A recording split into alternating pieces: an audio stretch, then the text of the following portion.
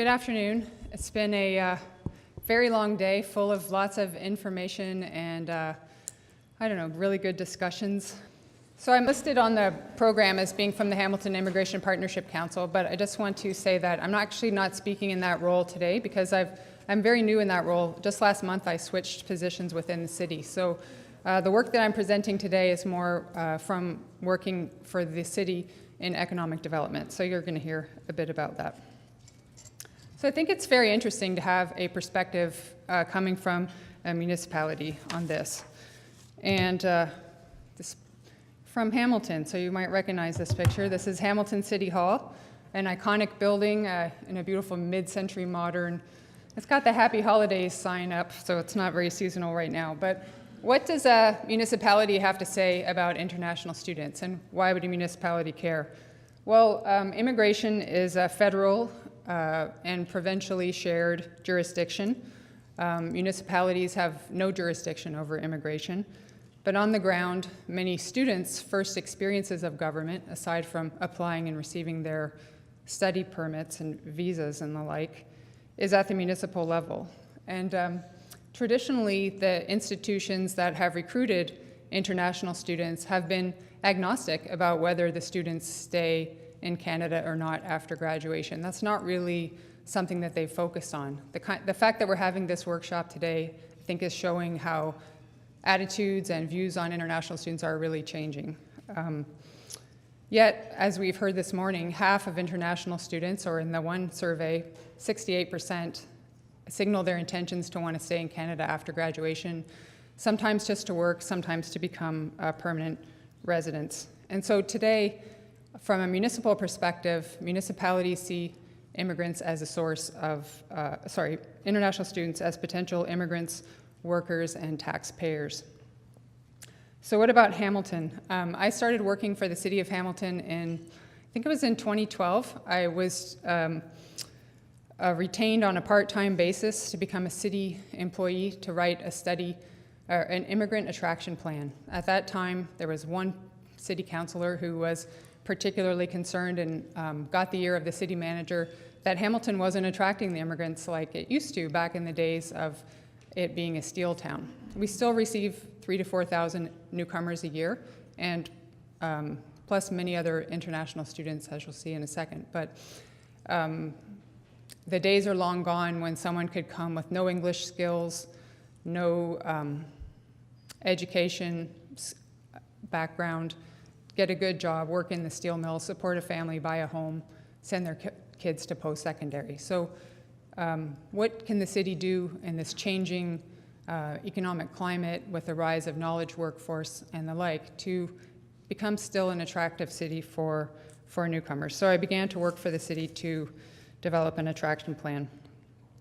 And part of that plan, we had some starting points, which is that immigrants are an asset to our community, because it's not a given that everybody sees that, right? And I'm here preaching to the choir, so I don't need to go into that.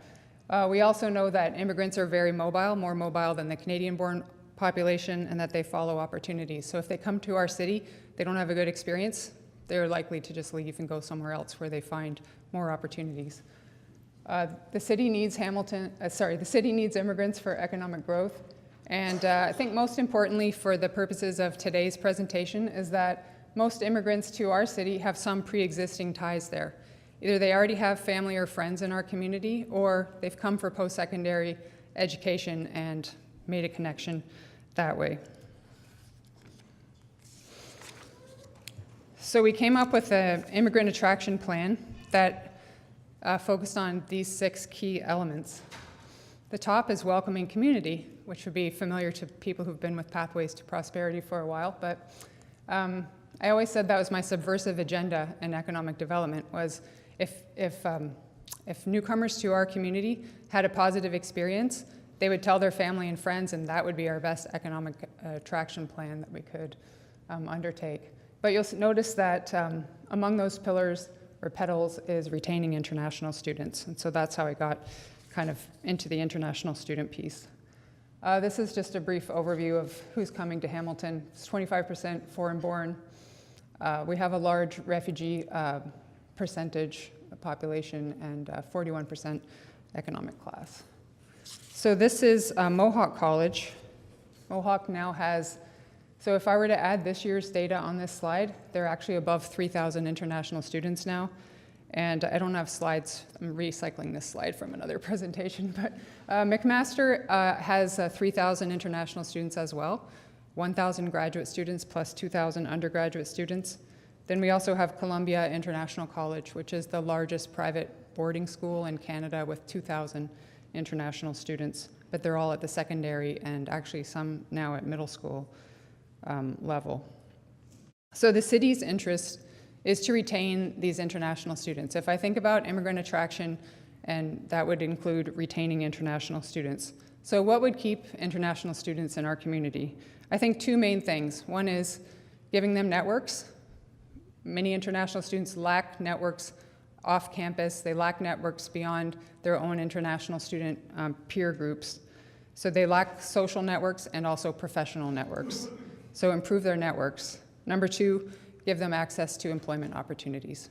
We've heard already today that employment prospects are top of mind for many international students.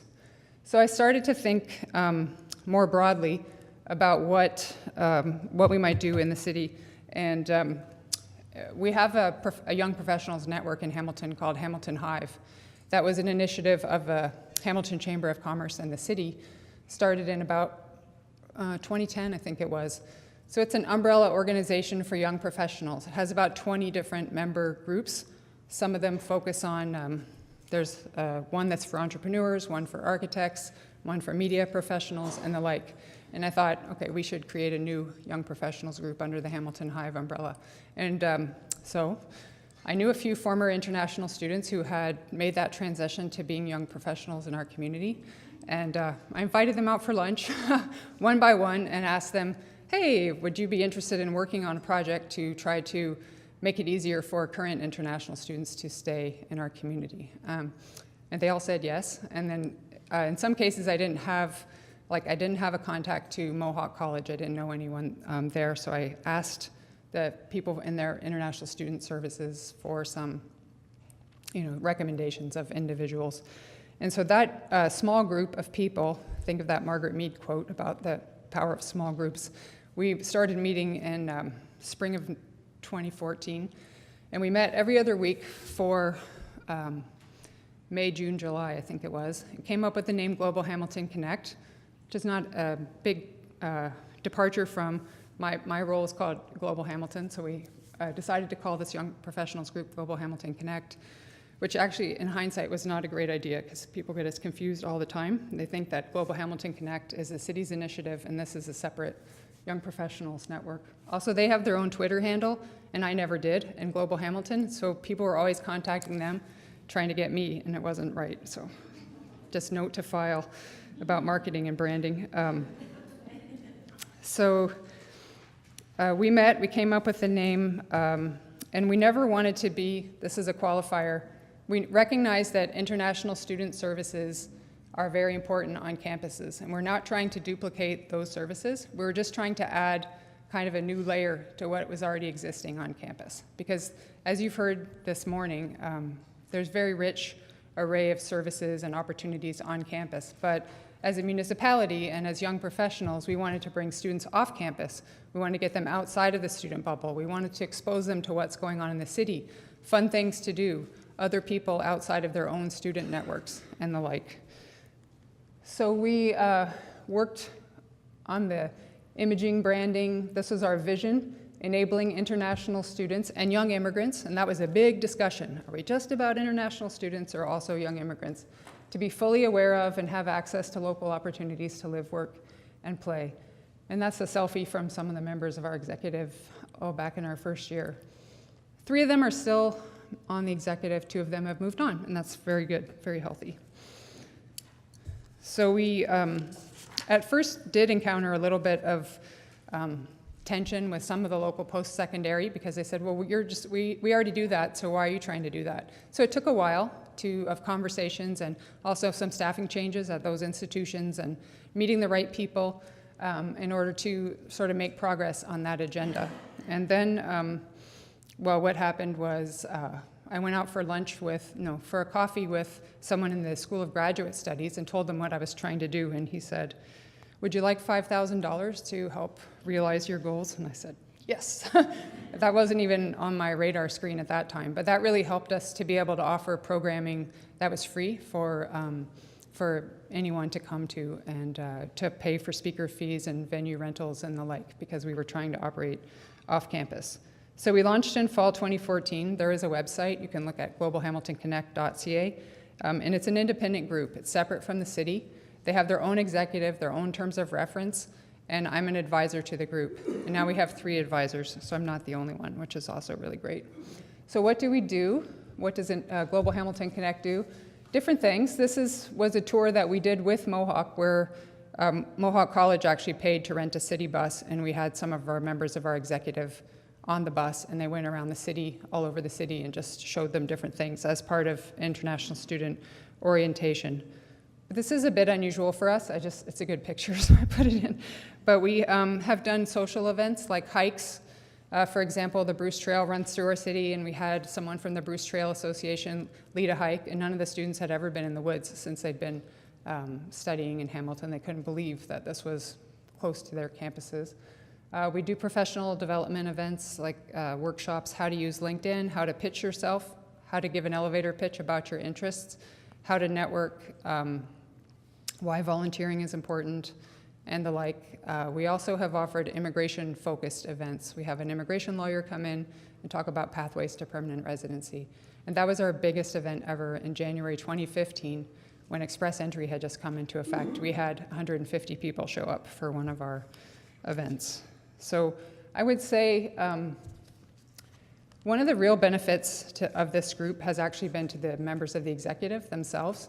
Just as you saw these young people up here today who clearly have some bond with each other from working on this presentation, and maybe in other ways as well. The members of our executive really have helped each other out with immigration advice, with sharing experiences, with networking, job search, etc. And so it's been a very positive experience that way.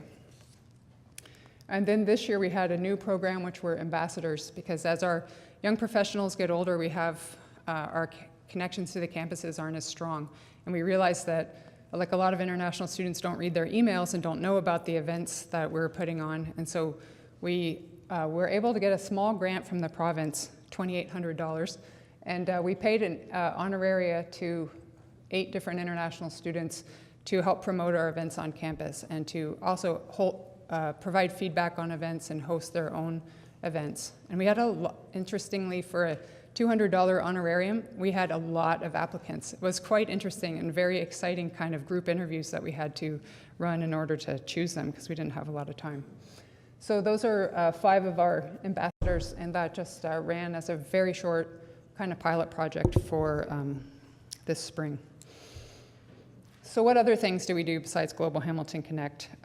We have worked on an international student retention action plan. So the city has used its role as a kind of neutral party and a convener and a facilitator to bring together interested stakeholders, the relevant people from our local post-secondary and secondary institutions, and also our workforce planning board, to talk about international students in our community and how we can work together. So we just book a meeting room at City Hall, bring them in, keep them in contact with each other, and bring them together. One of the things we did as part of that was a brochure, because I realized early on that universities and colleges it's very important to students to know more about the surroundings in which they're going to be studying. And they have specific interests around safety, in particular, cultural opportunities and the like. And I could see that some of the information that was being given out about City of Hamilton wasn't even accurate, and it wasn't that attractive either. So we developed, with input from this committee about what international students would like to find in a brochure, we developed a brochure. I only have 10 copies, which is why they're not out over there, but if anybody's interested, I've got 10 copies. And we also developed PDF versions, because a lot of schools just use internet kind of email mailings. So that brochure is it's actually an attraction brochure. We also had a one-day International Student Summit And this was aimed at, not at incoming international students, just as our Global Hamilton Connect group is really aimed at people in their 3rd and 4th year and graduate students, which has made it a challenge with reaching the college population more than the university population because they're here for such a short time. So we had this International Student Summit. We did it on a shoestring budget. We did have some sponsorship, but we had a whole day of keynote speakers. The keynote speakers were people who had come here as international students themselves, who are now working and living, in our community. We had a panel on why Hamilton, what are some of the good things and what are some of the challenges about living in Hamilton. We're not just trying to be a sales job, but we want to show, the positives and the negatives. We had different workshops and breakout groups, and people could choose what kind of workshop to go to, whether it be something on your housing rights, the hidden job market, how to brand yourself, those kinds of things. What sectors in the economy in Hamilton are growing and which ones are shrinking. We did have attendance challenges with this summit. You'll see that it was on November 23rd, which is not a good time of semester to hold an event, but also all the Ontario colleges had been on strike, and they went back to school, I think it was November 21st. So it was really hard to get anybody from Mohawk College there. But it was a good event, and one of the benefits of that is now our local university is saying that they want to hold one next year. So just quickly, I'm out of time, but other municipal initiatives. I talked about the advisory team. We work on Hamilton Economic Development is a partner in something called Employment Crawl, which is for all students, not just international students, but we market it especially to international students, which is renting buses and taking them around the city, and they get a tour of different places of employment. Some are small employers, some are large employers, and the students get to go in and hear from, they get to walk through these places of employment and learn about places that might potentially employ them in the future. And it's divided by sector, so it'd be like creative industries, engineering jobs, and the like. We're also talking about resurrecting the airport program. So City of Toronto had coordinated an airport welcome program from 2011 to 2015. That's no longer operating, but may be resurrected.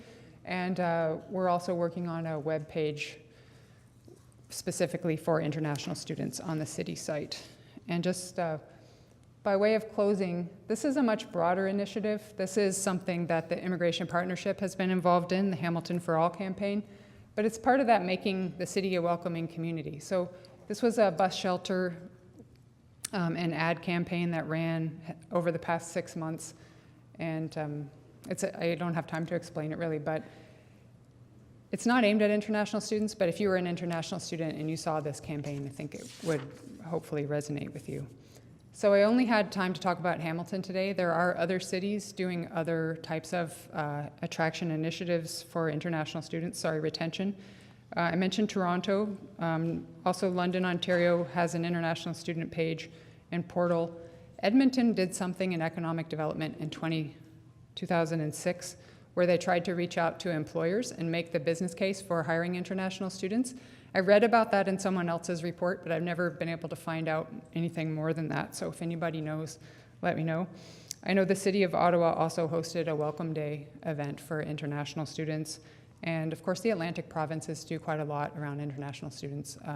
They even have leeway to do entrepreneurship programs, which are not really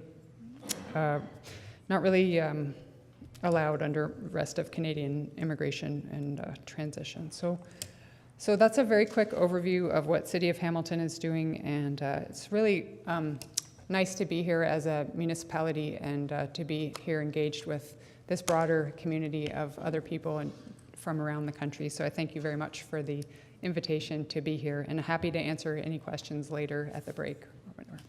Okay, thanks.